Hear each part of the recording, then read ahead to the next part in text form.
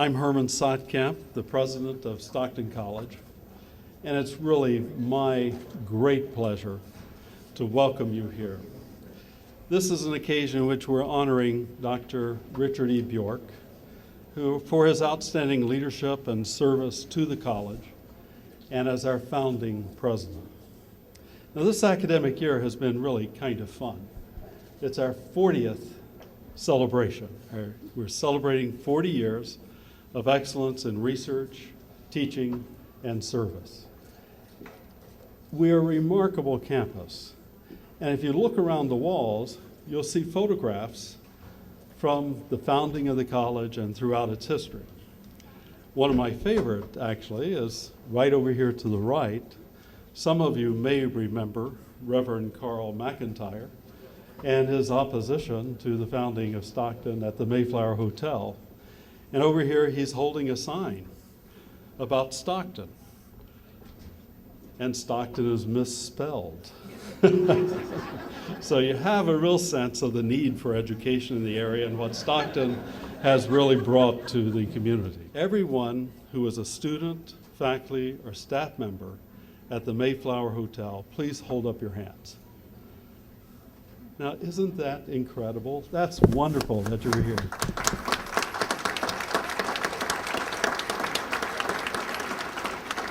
Today, it's a great pleasure having with us members of Stockton's first family, Mrs. Joan Bjork and Dick and Joan's daughters, Allison and Tracy.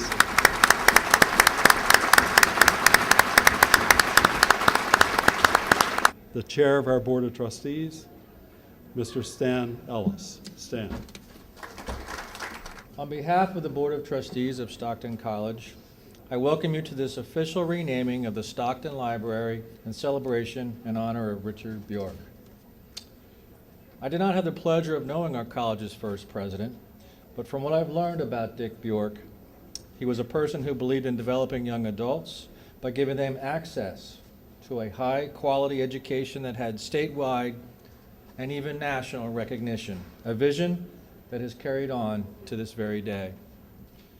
The establishment of an institution like Stockton broke new ground in New Jersey, and President Bjork was instrumental in establishing general studies and other innovative approaches to teaching our students.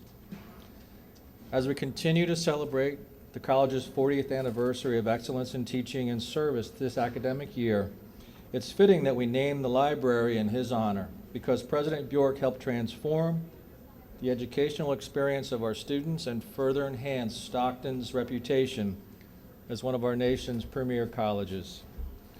He was instrumental in establishing the foundation that supports our future aspirations. I'd like to thank President Sotkamp, my fellow trustees, and the senior faculty involved for their leadership and vision in seeing the importance of this special occasion. And I thank Joan and the Bjork family for being here today for this momentous event. The founding editor of the student newspaper, The Argo, Dan. I knew Dick Bjork very, very well. We had kind of a contentious relationship off and on through the years. I was editor of the newspaper, and then Dick thought enough of me to make sure that I became the first president of the Alumni Association, something that I'm also very proud of. We got a group of students together at his request and that of Chuck Tantillo, the assistant at the time, and we put together a group, and that little group elected me the first founding president.